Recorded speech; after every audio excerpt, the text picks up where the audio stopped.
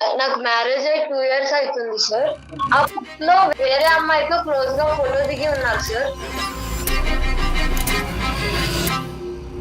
అసలు అదంతా పాస్ట్, అంతా అక్కడ జరిగింది ఏమీ లేదు అక్కడ.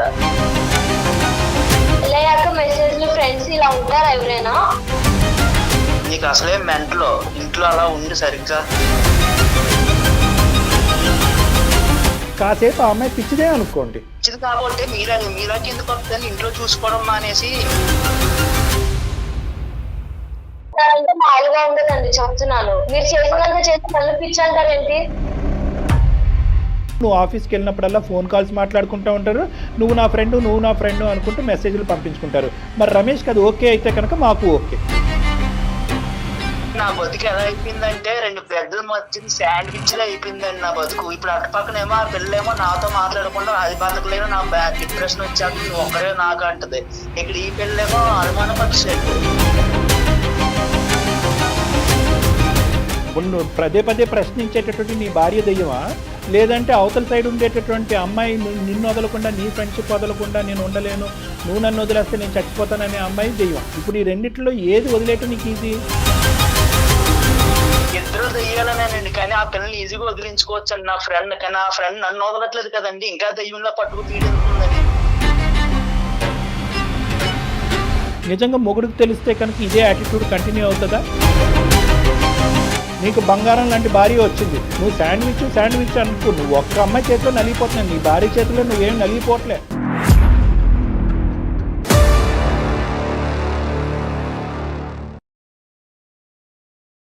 ఏవీసీ హాస్పిటల్ సమర్పించు అందమైన జీవితం కార్యక్రమానికి స్వాగతం. నమస్తే డాక్టర్ గారు. నమస్తే జయ గారు. శ్వేత అని ఒక అమ్మాయి మనకి మెయిల్ చేసిందండి. శ్వేత అనుమానం పెనుభూతం. ఆ అనుమానం ఎలా అంటే ఎవరికి వారు విడిపోయి సపరేట్ అయిపోయేదాకా కూడా తీసుకెళ్ళిపోతుంది. సో శ్వేత అలాంటి ఇష్యూనే మన దాకా తీసుకొచ్చింది డాక్టర్ గారు. కాల్ చేసేస్తానండి ఒకసారి. తప్పకుండా.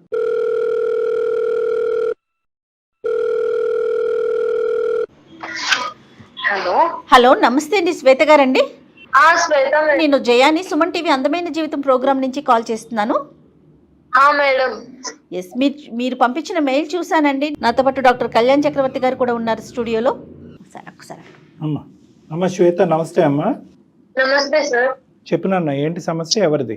నాకు మ్యారేజ్ అయ్యి 2 ఇయర్స్ అవుతుంది సార్. నీది అరేంజ్డ్ మ్యారేజా, లవ్ మ్యారేజా ఏంటి? మీ వారు ఏం చేస్తుంటారమ్మా శ్వేత? తను సాఫ్ట్వేర్ జాబ్ లో చేస్తారు మ్యామ్. మీరేం చేస్తుంటారు? నేను పెళ్లికి ముందు జాబ్ చేశాను మ్యామ్, తర్వాత మానేశాను. Okay okay right. ఓకే, అతనైతే ఐటీ, నువ్వైతే హౌస్ వైఫ్. 2 ఇయర్స్ అయింది మ్యారేజ్ అయ్యి, అరేంజ్డ్ మ్యారేజ్. ఇప్పుడు ఏం సమస్య అమ్మా? ఒక రోజు మా ఫ్రెండ్ ఫోన్ చేసి ఒక పిక్ పంపించింది సార్. మీ ఫ్రెండ్ ఎవరికి, నీకు పంపించిందా? అవును సార్, నాకే పంపించింది. ఆ పిక్ మీ హస్బెండ్ కదా అనేసి అడిగింది. ఆ పిక్ లో వేరే అమ్మాయితో ఫోటో దిగి ఉన్నారు సార్. వేరే అమ్మాయితో క్లోజ్ గా ఫోటో దిగి ఉన్నారు సార్. మీ వారి ఫోటో అది? మా వారిని సార్. ఆ అమ్మాయికి ఫేస్బుక్ లో దొరికిందంట మేము. మీ ఫ్రెండ్ నీకు ఎట్లా, నీ క్లాస్మేటా లేకపోతే మీరు ఒక ఊరు వాళ్ళ? ఎవరు ఆ అమ్మాయి? ఎవరు? Classmate ma'am. ఎంతకాలం అయింది ఇది ఫార్వర్డ్ చేసి? ఒక 2 months అవుతుంది సార్. 2-3 ఫోటోస్ ఉన్నాయి సార్. ఒకే అమ్మాయితోనా? ఒకే అమ్మాయితో సార్. అంటే అవి చూసినప్పటి నుంచి నా బ్రెయిన్ అసలు ఏం పనిచేయట్లేదు సార్. నాకు ఏం చేయాలో అసలు ఏం అర్థం కావట్లేదు. ఎవరికి చెప్పాలో ఏం అడగాలో నా పరిస్థితి ఏంటో నాకే అర్థం కావట్లేదు సార్. ఎవరు పెట్టారంటే ఫేస్బుక్ లో? అది ఫేస్బుక్ లో ఆయనే పెట్టారంటే సార్. నేను అడిగాను ఆయన్ని, అవి పెళ్లికి ముందు ఫొటోస్ అని చెప్తున్నారు సార్. పెళ్లికి ముందు ఫొటోస్ అని చెప్తున్నారు, కానీ నాకు అవి చూసినప్పటి నుంచి ఇంకా అనుమానం ఎక్కువ అవుతుంది సార్. అంటే ఎట్లా అనుమానం ఎక్కువ అవుతుందా? సరే పెళ్లికి ముందు అని చెప్పారు కదా, ఇంకెందుకు నీకు అనుమానం? నేను ఫోన్ చెక్ చేశాను మ్యామ్, కాల్స్ ఇప్పుడు కూడా ఉన్నాయి మ్యామ్, కాల్స్ మెసేజెస్. ఇప్పుడంటే రీసెంట్ కాల్స్ కూడా ఉన్నాయమ్మా? ఉన్నాయి సార్. అందుకే నాకు చాలా భయంగా ఉంది సార్. ఇవి ఎవరికి చెప్పాలో ఏంటో ఏం అర్థం కావట్లేదు. సరే, మా వరకు చెప్పావు కాబట్టి ఆలోచిద్దాము. దాని గురించి అంత భయపడి బెదిరిపోవాల్సిన అవసరం లేదు. ఫోటోలు అయితే పాతవే అని నమ్ముతున్నావు, కానీ కాల్స్ మెసేజెస్ అయితే కనుక రీసెంట్గా ఇప్పటి వరకు ఉన్నాయి కాబట్టి ఇప్పటికి కూడా వాళ్ళు అదే పరిధిలో ఉన్నారనేది నీ భయము, ఆలోచన, అనుమానం. మరి మీ భర్తను అడిగావమ్మా? అడిగాను సార్. ఏమన్నాడు అతని పేరమ్మా? రమేష్ సార్. శ్వేత రమేష్. ఏమన్నాడమ్మా అలా అడిగితే? పెళ్లికి ముందు ఫొటోసే అని చెప్తున్నాడు సార్. సరే, ఫొటోస్ అయితే పెళ్లికి ముందు, మరి కాల్స్ ఇవన్నీ ఎందుకట మాట్లాడుతున్నారు ఇప్పటికి? అవన్నీ ఏం చెప్పట్లేదు మ్యామ్ సరిగ్గా. నాతో గొడవపడి ఇప్పుడు ఏం మాట్లాడట్లేదు సార్. నాకు నేను అడగడం తప్పు అంటున్నారు. అది సో క్లారిటీ ఇవ్వకపోగా నీతో మాట్లాడటమే తప్పు తగ్గించేశారు, అంటున్నాడు. నువ్వు అడగటం తప్పని అంటున్నారు. అవును సార్. పోనీ అట్లీస్ట్ ఇప్పుడు ఏమీ లేదనేది అయితే బలంగా చెప్తున్నాడు కదా, ఇది ఒకనాటి అంశం, ఇప్పుడు కాదు పెళ్లికి ముందు అనేది. పోనీ ఆ పెళ్లికి ముందు ఎంతకాలం ఆ ప్రయాణం జరిగింది, తన పాస్ట్ లవ్ స్టోరీ గురించి ఎప్పుడన్నా చెప్పాడా నీకు? అలాంటిదేం నాకు చెప్పలేదు సార్. మరి ఇప్పుడు ఏంటమ్మా పరిస్థితి ఏంటి, ఇప్పుడు ఏమని చెప్పాలనుకుంటున్నావు, మమ్మల్ని ఏం చెయ్యాలని ఆశిస్తున్నావు? ఆ మెసేజ్లు అవన్నీ చూసిన తర్వాత నేను ఎలా నమ్మాలి సార్? నాకేం అర్థం కావట్లేదు.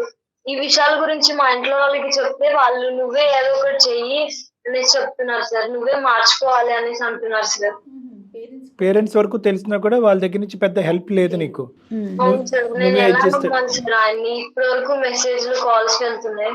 మరి మాట్లాడుతున్నాడు, మెసేజెస్ లో కమ్యూనికేషన్ ఉన్నాడు అనేటటువంటిది ఈ రోజు వరకు అంశమా? ఇంకా ఇప్పటికి కూడా అతను ఫోన్ చెక్ చేస్తే అవే బయటపడుతున్నాయా?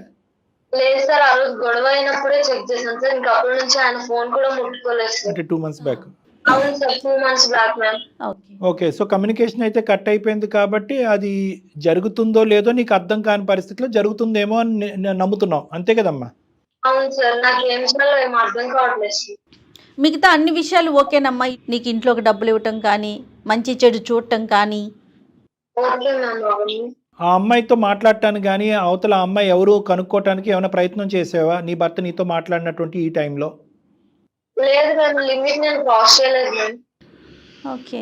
ఓకే, ఈ అమ్మాయి లోకజ్ఞానం కూడా చాలా తక్కువ అన్నట్టు అనిపిస్తుంది, అనిపిస్తుంది అమ్మా. ఎందుకంటే ఎందుకంటే సరిగ్గా అమ్మాయి ఎక్స్ప్రెస్ కూడా చేయలేకపోతుంది ఎక్స్ప్రెస్ కాబట్టి. చేయలేకపోతుంది, అమాయకత్వాన్ని చూపెడుతుంది, ఎవరికి చెప్పాలో తెలీదు, తల్లిదండ్రులకు చెప్తే కనుక సర్దుకుపోమని అంటున్నారు. అంటే కన్ఫ్యూజన్ స్టేటస్ కూడా ఒకటి వచ్చేస్తుంది కదా ఈ డాక్టర్ 2 గారు. నెలలకు ముందు ఆగిందా, ఇప్పటికీ నడుస్తుందా? ఆ అబ్బాయి అన్న అట్లీస్ట్ కూర్చుని ఈ అమ్మాయికి నచ్చజెప్పే విధంగా కానీ, లేదంటే ఇంకేమన్నా ఉంటే కనుక అది ఆనెస్ట్గా ఒప్పుకుంటే కనుక ఈ అమ్మాయి మాకు ఈమెయిల్ పంపించి మాతో మాట్లాడటానికి ప్రధానమైనటువంటి ఇష్యూ ఏంటి, ఇక్కడ ఏం చేయగలం మేము?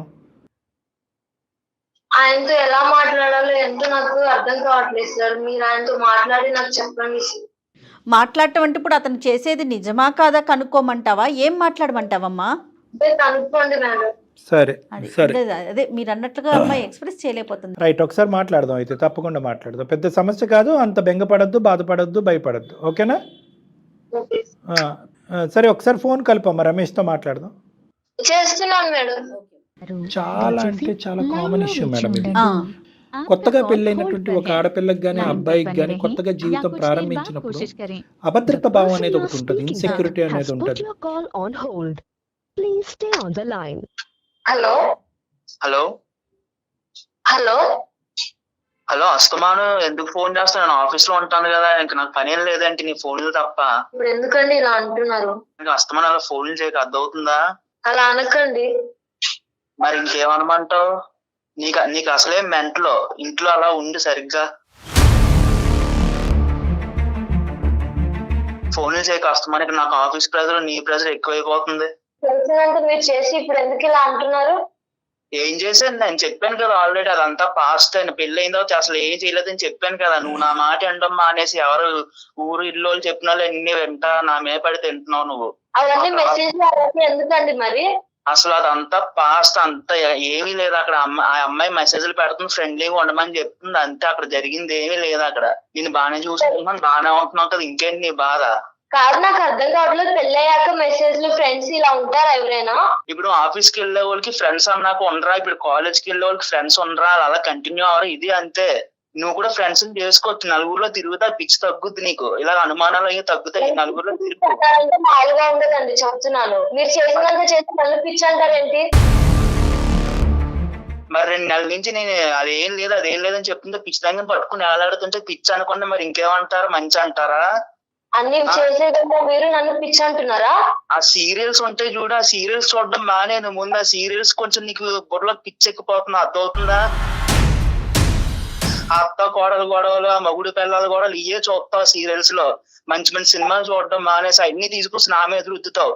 ఆ ఆఫీస్ లో నా గొడవ ఒకటే, ఇంటికి వస్తే నీ గొడవ ఒకటే. బుర్ర ఉండాలి కొంచెం అన్నాను నీకు. 2 నెలల నుంచి చెప్తున్నాను, అసలు నీకు అర్థమే కావట్లేదు ఏమి. ఏమనండి చెప్తున్నారు? 2 నెలల నుంచి మీరు గొడవ పడుతున్నారు, అది మీకు అర్థమవుతుందా? గొడవ పడేది ఎవరు, నువ్వా నేనా? అది తెలుసుకో ఫస్ట్. నీకు అది ఉంది, ఈ సంబంధం ఉంది, గొడవ పడేది నువ్వు నేనా?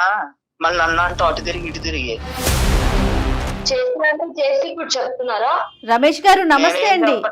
రమేష్ గారు, హలో హలో రమేష్ గారు నమస్తే అండి. సారీ అండి, మేము బ్యాక్ ఎండ్ లో ఉండి మీ మాటలన్నీ వింటూ ఉన్నాం. నేను సుమన్ టీవీ అందమైన జీవితం ప్రోగ్రామ్ నుంచి జయానండి.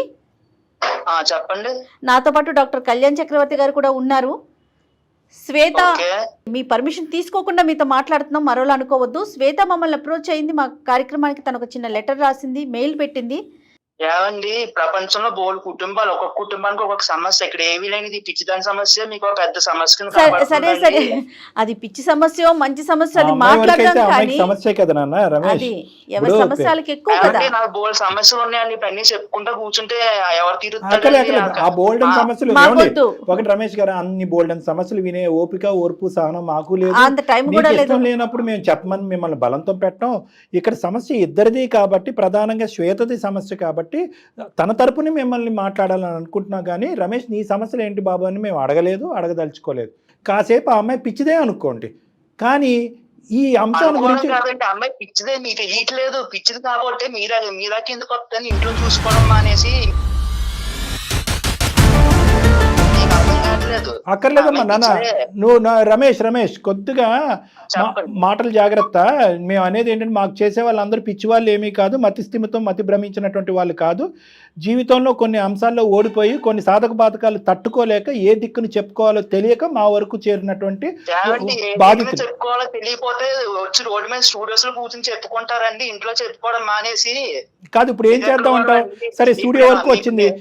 నా ఆఫీస్ లో బోర్డు ప్రెజర్ లో ఉంటే మా మేనేజర్ రోజుకో ప్రాజెక్ట్ చేయమంటారు, నేనే స్టూడియోలో కూర్చొని చెప్పుకోనండి అవన్నీ. అది నెక్స్ట్ ఎపిసోడ్ లో మాట్లాడుకుందాం. అప్పుడు నువ్వు కూడా స్టూడియోలోకి వచ్చి మాట్లాడేది. కానీ చూడలేదు, ఇప్పుడు కూర్చుందిగా ఇప్పుడే చెప్పండి నాకు ఇప్పుడు ఏం చేయాలి అసలు. రైట్. అసలు ప్రాబ్లం అమ్మాయిది కాదండి, నాది ఆ ప్రాబ్లం. రైట్. వింటున్నారండి? వింటున్నా. నువ్వు ఆగితే మేము మాట్లాడదాం అని చెప్పి నేను మాట్లాడేది.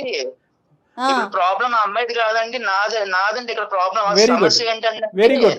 విను ఒక్క నిమిషం రమేష్, వింటావా? సమస్య ఇద్దరిది కాబట్టి మీకు ఫోన్ చేసాం. నువ్వు తప్పు చేసావనో, నువ్వు నేరస్తుడు అనేటటువంటి మాట మేము అనలేదు, అనం కూడా. ఎందుకంటే కనుక మాకు ఇప్పుడుకొచ్చి నిజ నిజాలు ఏంటి అనేది మాకు తెలియదు. ఆ అమ్మాయి తరపున మేము ఏమీ మాట్లాడట్లేదు. ఒక సిచ్యువేషన్కి ఒక క్లారిటీ తీసుకొస్తే ఈ 2 years పాటు జరిగినటువంటి మీ ప్రయాణం సాఫీగా, స్మూత్గా ముందుకెళ్ళి నలుగురు మధ్యలో పరువు పోకుండా ఉండేటటువంటి విధంగా చేసేటటువంటి ప్రయత్నమే మా ప్రయత్నం. ఇప్పుడు నేను బాధితుడిని అంటున్నావు కదా, నువ్వు ఎలా బాధితుడు అనేటటువంటిది మేము ఎక్కడ మిమ్మల్ని బ్రేక్ చేయం, ఆపం. నువ్వు ఎలా బాధితుడు, నువ్వు ఎలా ఇబ్బంది పడుతున్నావు నీ వర్షన్ చెప్పు, మేము వింటాం. పెళ్ళై 2 years అయిందండి. అందంగా ఉండాలి కదండి. ఎవరో వాళ్ళ ఫ్రెండ్ అంటండి ఏదో ఫేస్బుక్ లో ఫోటోలు పంపిందంటండి. ఎవరు ఫోటోలు అవి? అనుమానం. ఎవరు ఫోటోలు? నాదిను నా ఫ్రెండ్ దండి. ఈ మాది పట్టుకొని ఇంక నాకు ఏదో లింక్ ఉంది అంటుందండి. ఏదో బీటెక్ లోనే ఎప్పుడో అక్కడ లవ్ లో ఉన్నావండి, ఫోటోలు దిగా అప్లోడ్ చేసాం. అదంతా అయిపోయింది, అప్పుడే అయిపోయింది. ఆ అమ్మాయికి నాకు ఇప్పుడు అసలు నేను అమ్మాయితో అంత క్లోజ్ గా కూడా లేను. అప్పుడప్పుడు అమ్మాయి ఫోన్ చేసి మెసేజ్ పడుతుందండి. నేను అమ్మాయికి చెప్పాను ఆల్రెడీ పెళ్లి అయిపోయింది వదిలేయమని. కానీ ఆ అమ్మాయి ఏంటంటే, అమ్మాయికి నేను అంటే ఇష్టం అంటండి. కొన్ని ఫ్రెండ్లీగా ఆయన ఉండు, నువ్వు తప్ప నాకు ఇంకెవరు తెలుసు, ఫ్రెండ్షిప్ కోసం దానిలోనే ఉండని చెప్పేసి ఆ అమ్మాయి అస్తమానం మెసేజ్లు పెట్టడం, అది పెట్టడం, ఇది పెట్టడం చేస్తా ఉంటదండి. కాదు నువ్వు అమ్మాయికి చెప్పావా నాకు ఇలా పెళ్లి అయింది, ఇప్పుడు మెసేజ్లు పెడితే కనుక నా భార్యతోని నాకు గొడవలు అవుతున్నాయి, గొడవలు అవ్వచ్చు అన్నట్టుగా చెప్పావా? నేను ఆల్రెడీ అమ్మాయికి అన్ని చెప్పానండి. అమ్మాయి జస్ట్ ఫ్రెండ్స్ కోసం అంతే, ఏమీ కాదని చెప్పి అలా కాదు. అలా కాదు, ఇప్పుడు ఓన్లీ ఫ్రెండ్స్, జస్ట్ ఫ్రెండ్షిప్ అయినా కూడా ఇక్కడ భార్యాభర్తల మధ్యన ఎవరి ఆలోచన శైలి ఎలా ఉందో అనేది మనకు తెలీదు. కొంతమంది బ్రాడ్ గా ఆలోచించవచ్చు, కొంతమంది నేరోగా ఆలోచించవచ్చు. అందులో ఏంటంటే నీ భార్యకి పెద్ద అంత లోకజ్ఞానం, అంత ఇంగితం ఉన్నట్టుగా నాకు అనిపించట్లేదు. ఆ అమ్మాయి కొద్దిగా నేరో మైండ్, ఆ అమ్మాయి ప్రపంచం చాలా చిన్నది అన్నట్టు అనిపిస్తుంది. అందులో అనుమానాలు రావడానికి అవకాశం ఎక్కువ ఉంటుంది. అది 2 years బట్టి నువ్వు కూడా 2 years బట్టి నువ్వు బాగా పసిగట్టి ఉండొచ్చు ఈ అమ్మాయికి లోకజ్ఞానం తక్కువనే. అలాంటప్పుడు అమ్మ మహాతల్లి నువ్వు దూరంగా ఉండు, ఫ్రెండ్షిప్ కాస్త అయిపోయింది, ఇప్పుడు అవి ఏమీ వద్దు, ఈ మెసేజ్లు ఏమాత్రం నా భార్య చూస్తే ప్రాబ్లం అవుతుందని మీరు కొద్దిగా గట్టిగా వారించుంటే ఆ అమ్మాయి ఆపేసి ఉండేదేమో కదా. ఏమండి, ఇప్పుడు నా ఫ్రెండ్ ఆ అమ్మాయి చచ్చిపోతాను నేను, నాకు బాధలు అయి చెప్పుకోవడానికి నువ్వు తప్ప ఇంకెవరు లేరు నాకు కాలేజీలో, కానీ అంతా నీతోనే కదా, నాకు ఎవరు లేరు, ఫ్రెండ్లీగానే ఉండు, నాకు కనీసం రిఫ్రెష్ గా ఉంటది మైండ్ అని చెప్తుంది. మధ్యలో మీ జీవితం కదా నాశనం అవుతోంది. ఆ అమ్మాయికి మ్యారేజ్ అయిపోయిందా? ఆ అమ్మాయికి మ్యారేజ్ అయిపోయింది, భర్త ఉన్నాడు, 2 పిల్లలు కూడా ఉన్నారండి. అయినా కానీ నీతో మాట్లాడటానికి ఇష్టపడుతుంది. మరి భర్తకు తెలియకుండానే మాట్లాడుతుంది ఆవిడ? భర్తకు తెలుసో తెలీదో మరి నాకు తెలియదండి. మరి అది చాలా ఇంపార్టెంట్, నువ్వు క్లారిటీ తెచ్చుకోవాలి. లేదంటే మీ వైఫ్తో పాటు ఇంకోటి మొదలవుతాడు నీ వెనకాతల పట్టానికి. ఇప్పుడు మీ వైఫ్ అంటే ఇంటి వ్యవహారం, అది పర్లేదు. ఎందుకన్నా బాబు నా భార్యతో తెలియకుండా మాట్లాడుతున్నాం అని చెప్పి అక్కడ ఆవిడకో 2 వాయించి నీ మీదకి వచ్చాడు అనుకో, పరిస్థితి ఇంకో విధంగా ఉంటుంది. ఇప్పుడు మీ వైఫ్ కాబట్టి మీరు 100 సార్లు పిచ్చిదానివి అంటున్నారు. ఎవరు ఊరుకుంటారండి తన ముందు మీరు అట్లా మాట్లాడుతూ ఉంటే? ఎప్పుడైతే మ్యారేజ్ అవుతుందో రమేష్కి ఎంతైతే ఫ్రెండ్ అవుతుందో ఆ అమ్మాయి శ్వేతకు కూడా అంతే ఫ్రెండ్ అవ్వాలి, మన ఇంటికి తీసుకురావాలి, పిలిపించాలి, మాట్లాడుకోవాలి, ఒక కామనాలిటీ తీసుకురావాలి, లిమిటేషన్స్ ఉండాలి. ఒకరికి ఇష్టం లేకుండా ఇంకొకరు పదే కాల్ చేసి మెసేజ్లు పెడితే అది పద్ధతిగా ఉండదు.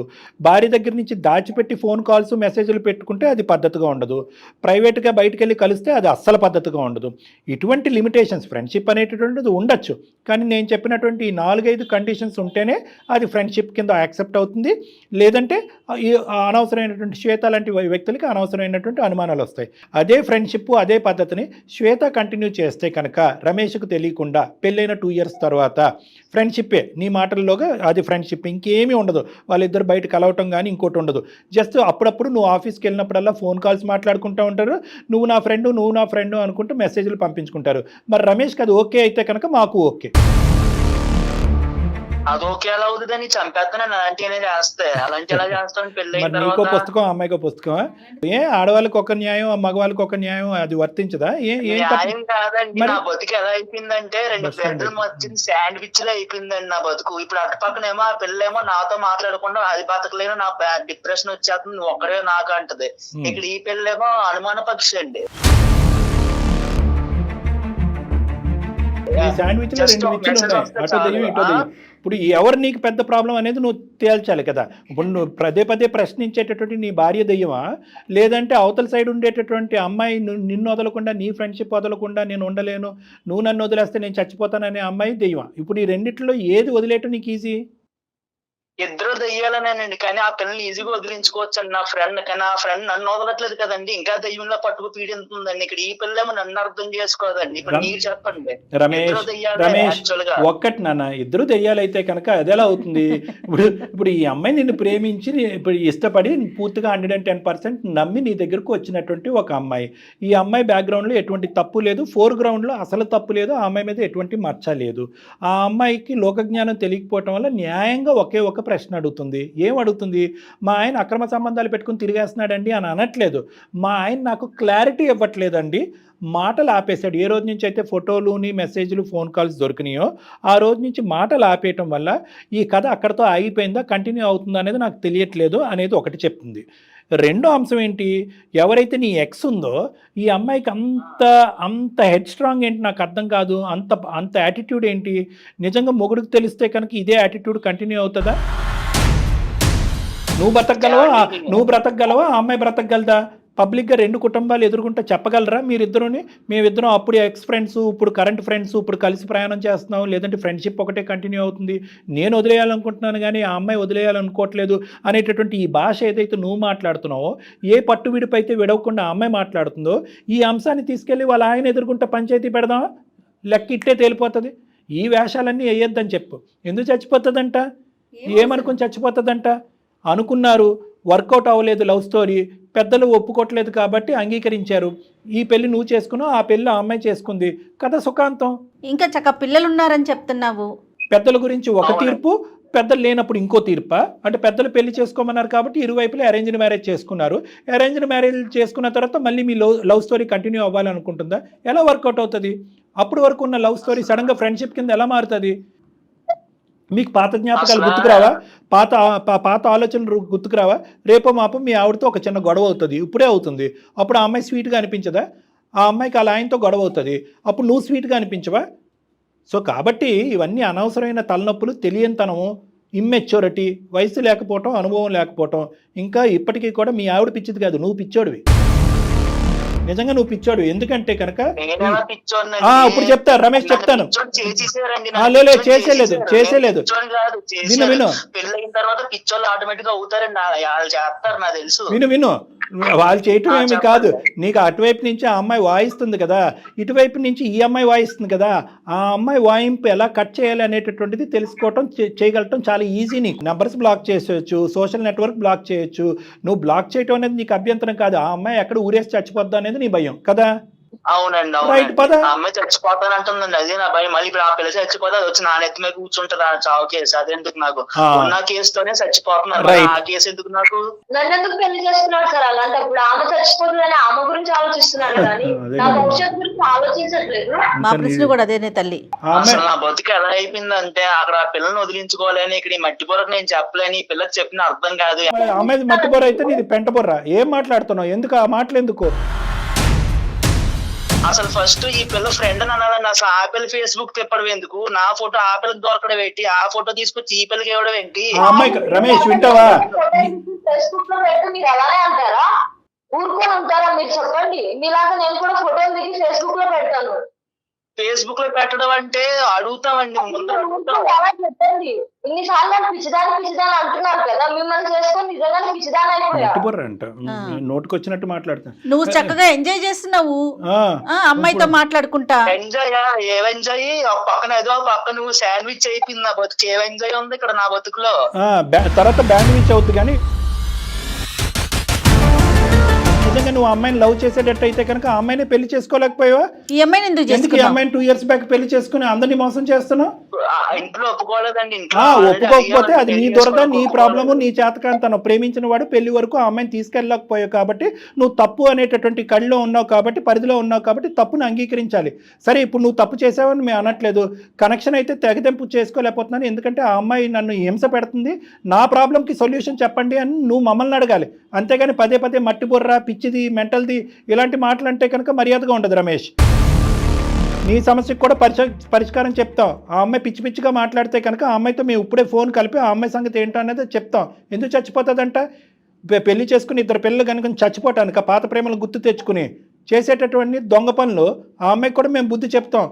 నువ్వు ఆ అమ్మాయి విషయంలో ఏమీ ఆలోచించవలసినటువంటి అవసరం లేదు రమేష్. నీకు బంగారం లాంటి భార్య వచ్చింది. నువ్వు శాండ్విచ్ అనుకో, నువ్వు ఒక్క అమ్మాయి చేతిలో నలిగిపోతున్నావు, నీ భార్య చేతిలో నువ్వేం నలిగిపోవట్లే. మీలాగా నేను చేస్తే మీరు ఊరుకోనే ఉంటారా చెప్పండి? మీలాగా నేనేం తిరగట్లేదు. అసలు ఆ చేయటమే తప్పంటే మళ్ళీ అతనిలాగా చేయటం ఏంటంటావు నువ్వు ఒకదానివి? శ్వేత, తప్పు చేస్తే ఆడోళ్ళు మరి చమ్మిక్కయ్యి ఇప్పుడు మగోడు తప్పు అంటారు మీరు. నేను ఎక్కడ తప్పు చేశాను? నువ్వు ఆడజాతి మొత్తాన్ని బయటకు లాగమాక గానీ నువ్వు ప్రేమించినటువంటి అమ్మాయి గురించి నువ్వు పోరాడలేక దిక్కుతోచినటువంటి పరిస్థితిలో ఒక అరేంజ్డ్ మ్యారేజ్ చేసుకుని ఆ అమ్మాయిని ఇప్పుడు వదిలించుకోలేక చిక్కుముడి సంస్థ నువ్వు బాధపడుతున్నావు. ఇది స్వయం కృతాపాత్యం. నువ్వుగా సృష్టించుకున్నటువంటిది. అర్థమైందా? నువ్వు సృష్టించుకున్నటువంటి ఒక భయంకరమైనటువంటి పరిస్థితిలో ఆ వేడి నూనెలో ఈ అమ్మాయి పడింది. ఇప్పుడు ఈ అమ్మాయి గజగజలాడిపోతుంది. నేను ఏది సృష్టించుకోలేదని విధి అలా రాసిందని నా బతుకు నేనేం చేయనండి. సరే, విధి రాసింది అంటున్నట్టే నువ్వు అనుకో, కానీ ఇక్కడ ఈ అమ్మాయికి ఏం సమాధానం చెప్తావో చెప్పాలి కదా. మరి విధి నీ జీవితాన్ని రాసింది, కానీ నువ్వు ఈ అమ్మాయి జీవితాన్ని రాసావు. కాదు డాక్టర్ గారు, నువ్వు మరి సరి చేసుకోవాలనుకుంటున్నావా? విధి రాసింది, పో నీ భాష ప్రకారమే మాట్లాడదాం. విధే రాసింది అనుకుందాం. మరి నీ జీవితాన్ని నువ్వు సరి చేసుకోవాలనుకుంటున్నావా, అనుకోవట్లేదు? అది చెప్పు రమేష్.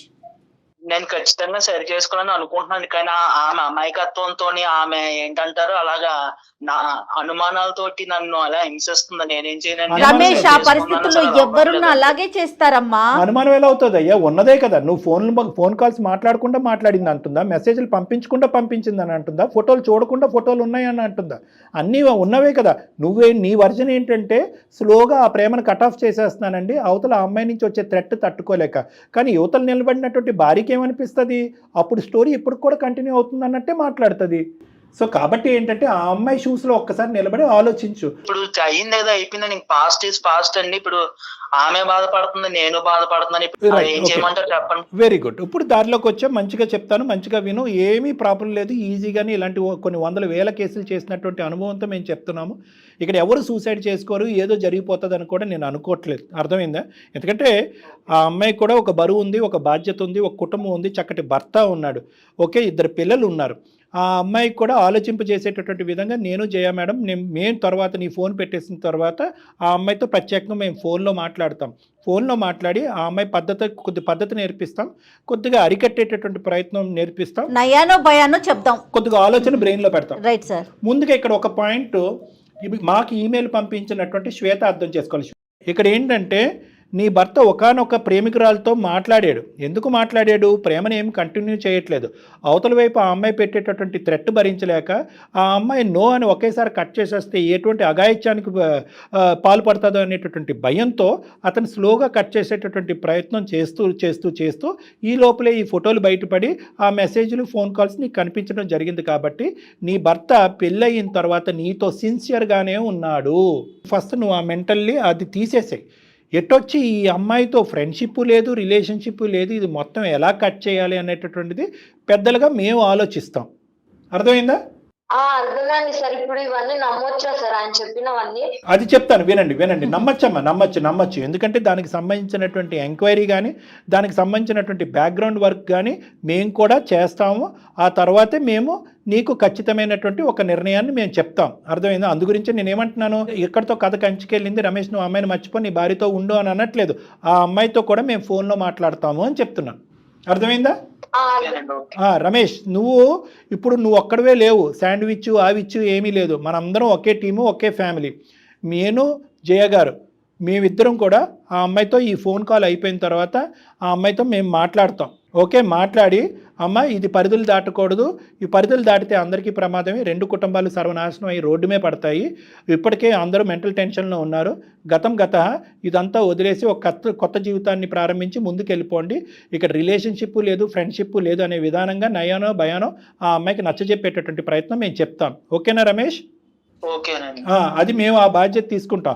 ఇక ముందు నుంచి ఆ అమ్మాయి ఫోన్ కాల్స్ అన్నీ నువ్వు బ్లాక్ చేయి, సోషల్ మీడియాలో అన్నిటిలోని నువ్వు బ్లాక్ చేసి కంప్లీట్గా నీ నెంబర్ మార్చేసేటటువంటి ప్రయత్నం చేయాలి నువ్వు. ఓకేనా? ఆ అమ్మాయి బ్యాక్గ్రౌండ్లో నిన్ను వేధించకుండా, అటాక్ చేయకుండా, వేరే నెంబర్ నుంచి నిన్ను కాల్ చేసి థ్రెట్ చేయకుండా, ఆ అమ్మాయి మా మాట వినకపోతే కనుక వాళ్ళ ఇంటి పెద్దల ద్వారా ఆ అమ్మాయికి బుద్ధి చెప్పేటటువంటి ప్రయత్నం చేస్తాం. అందమైన జీవితం అయితే మాత్రం ఆ బాధ్యత అయితే తీసుకోవడానికి మేము రెడీగా ఉన్నాం. మీ ఇద్దరు మాత్రం సవ్యంగా, హ్యాపీగా, ఇక ముందు నుంచి అనుమానం అవమానం అనేటటువంటి వాతావరణం లేకుండా చక్కగా మంచి ఆలోచనతో హ్యాపీగా ఉండే ప్రయత్నం చేయండి ఇద్దరు. రమేష్ అండ్ శ్వేత విన్నారు కదా డాక్టర్ గారు చెప్పింది, ఓకేనా మీ ఇద్దరికి? ఓకేనండి. శ్వేత విన్నావు, ఇప్పటికన్నా హ్యాపీయా? నాకు ఎలాంటి క్రమ సంబంధాలు ఏవి లేవు, ఇప్పటికన్నా హ్యాపీయా? కరెక్ట్ సార్ మేడం చెప్పారు కదా, ఇప్పటికి నమ్ముతాను. ఇప్పటికి నమ్ముతుందంట. ఓకే, అయితే మీరు నాకు నమ్మకం ఇచ్చారు కదా సార్. Okay sir.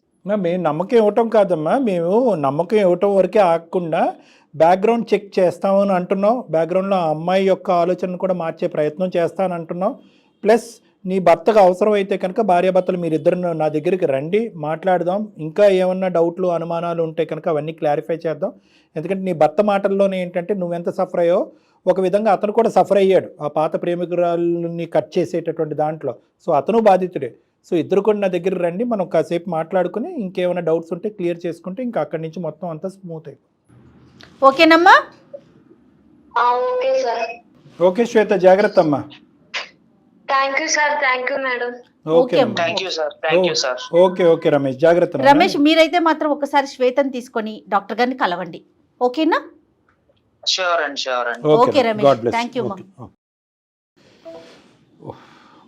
ఆ పిల్ల అంటే తను నమ్ముతుందో నమ్మట్లేదో, యాక్సెప్ట్ చేస్తుందో లేదో నాకు అర్థం కావట్లేదు. అనుమానంలో ఏం చేయాలో అబద్ధం ఆడుతున్నాడు అనేటువంటి ఫీలింగ్ ఉంది. ఆ డిప్రెషన్ లోకి వెళ్ళిన తర్వాత నిజాలు కనిపించిన వైట్ అన్న బ్లాక్ గానే కనిపిస్తూ ఉంటుంది నిజాలు. సో ఆ అమ్మాయికి ప్లస్ ఏంటంటే పేరెంట్సే కొద్దిగా ఈ ఇష్యూని ఇంకో విధంగా రిజాల్వ్ చేస్తుంటే ఈ రోజు అమ్మాయికి నమ్మకం వచ్చేది.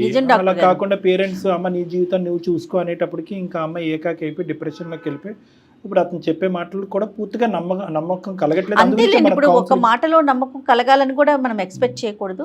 మనం అందుగురించే పిలిపించి మాట్లాడదాం. తప్పకుండా అమ్మాయితో కూడా ఎక్స్ అనేటటువంటి అమ్మాయితో కూడా మనం ముందు స్ట్రాంగ్ గా మాట్లాడాల్సింది ఆ అమ్మాయితో. డెఫినెట్ గా మాట్లాడాలి. రైట్ డాక్టర్ గారు, నమస్తే.